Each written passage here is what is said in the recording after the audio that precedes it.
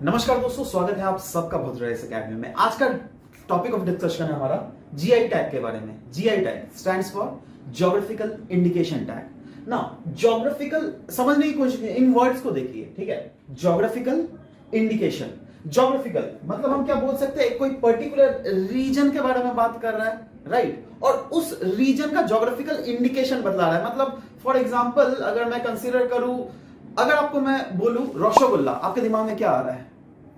Kolkata rasgulla, right. अगर मैं आपको बोलूं कांजीवरम साड़ी, क्या दिमाग में आ रहा है?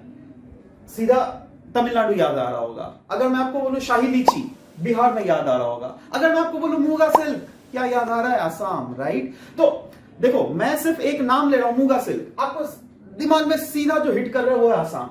अब मैं सिंपली शाही लीची बोल रहा हूं, सीधा दिमाग में हिट कर रहा है बिहार। रसगुल्ला डायरेक्टली कोलकाता में हिट कर रहा है। इसका मतलब क्या? हमें पता है दैट रसगुल्ला मतलब शायद कोलकाता के रीजन में वो ज्यादा फेमस है, कहीं ना कहीं बैक ऑफ द माइंड हम लोगों ने सुना हुआ है, राइट। सो वही चीज होता है ज्योग्राफिकल इंडिकेशन। मतलब कोई भी एक ऐसा प्रोडक्ट जो कि एक पर्टिकुलर ज्योग्राफिकल एरिया को सिग्निफाई करे, रिप्रेजेंट करे, उसको कहते हैं geographical indication tag. Now recently यह क्यों न्यूज में था वो हम लोग पहले देख लेते हैं। महाराष्ट्र के एक रीजन है अलीबाग रीजन, यहां पे देखो लोकेटेड है, राइट। अब इस अलीबाग रीजन में एक प्याज का क्वालिटी है जिसको ओनियन हम लोग इंग्लिश में बोलते हैं, वो व्हाइट कलर का होता है। और इसको ज्योग्राफिकल इंडिकेशन इसलिए मिला हुआ है ना, क्योंकि एक तो इसको जो उगाया जाता है वो ट्रेडिशनल मेथड से उगाया जाता है, ठीक है। अभी जो नए नए साइंटिफिक मेथड्स आ रहे हैं वो मेथड्स नहीं यूज किया जाता है। अब ट्रेडिशनल क्योंकि मेथड इनका ग्रोइंग मेथड है, इसलिए इनका टेस्ट खाने में एक यूनिकनेस है। यही नहीं, फ्लेवर शेप बहुत ही ज्यादा यूनिक है। इसका मतलब और भी एक मैं आपको फैक्ट बतलाना चाहता हूं ज्योग्राफिकल इंडिकेशन को लेकर। फॉर एग्जांपल अगर कोलकाता रसगुल्ला को हम लोग ज्योग्राफिकल इंडिकेशन टैग दिया है ना, तो अगर वही रसगुल्ला अगर मैं असम गुवाहाटी में मैन्युफैक्चर कर रहा हूं तो मैं उसको आउट ऑफ इंडिया में बेच नहीं सकता हूं by the name of Kolkata rasgulla. समझ लो बात? मतलब से फॉर एग्जांपल यही वाला ओनियन क्यों ना ले लो, अगर यही वाला ओनियन आप यहां पे असम में उगा रहे हो तो आप इसको इस व्हाइट ओनियन ऑफ अलीबाग इसके नाम से नहीं बेच सकते हो।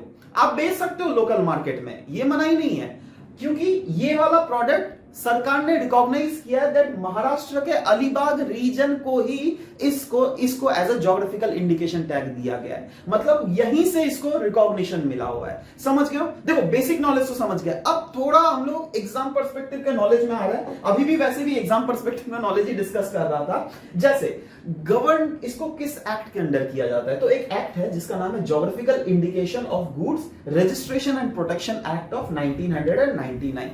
ये अगर टैग किसी भी प्रोडक्ट को मिलता है, बार बार याद रखिए, फॉर एग्जांपल मूगा सिल्क को मिला हुआ है, राइट, तो ये कहीं ना कहीं अगर आप मूगा सिल्क खरीद रहे हो तो ये मार्क ऑफ ऑथेंटिसिटी है from the government that yes ये प्रोडक्ट जेन्युइन है, कोई फालतू प्रोडक्ट नहीं है। यही नहीं, अगर सोचो अगेन वही सिल्क अगर मैं कोई दूसरे रीजन में प्रोड्यूस, वैसे तो muga silk is not possible, मैं मान रहा हूं रसगुल्ला के बारे में, राइट। रसगुल्ला सिर्फ कलकत्ता में ही नहीं, मैं बिहार में भी प्रोड्यूस कर सकता हूं, राइट, मैं नागालैंड में भी प्रोड्यूस कर सकता हूं, राइट, सिर्फ मतलब मैन्युफैक्चर कर सकता हूं। बट ये जब ज्योग्राफिकल इंडिकेशन टैग किसी चीज को प्रोवाइड किया जाता है तो उसको लीगल प्रोटेक्शन मिल जाता है। मतलब अगर मैं यहां से भेजूं तो मैं जैसे मैंने बोला दैट आउट ऑफ इंडिया या फिर इंडिया में हम लोग उसको कोलकाता रसगुल्ला के नाम से नहीं बेच सकते हैं, भले ही रसगुल्ला के नाम से बेचिए। समझ लो बात?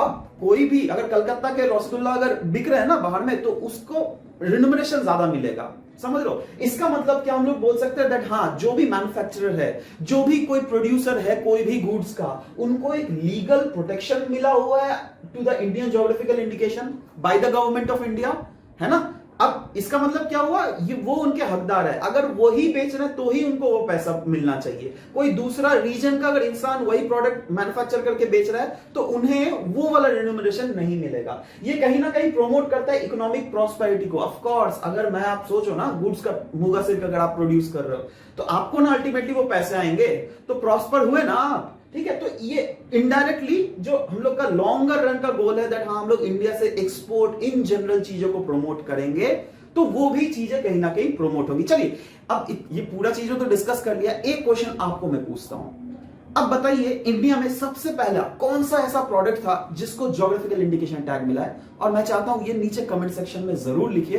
आई will wait for the answer, और जो भी सही आंसर दे रहे हैं उसको एक हार्ट तो बनता है। चलिए मिलते हैं नेक्स्ट क्लास में, बाय बाय।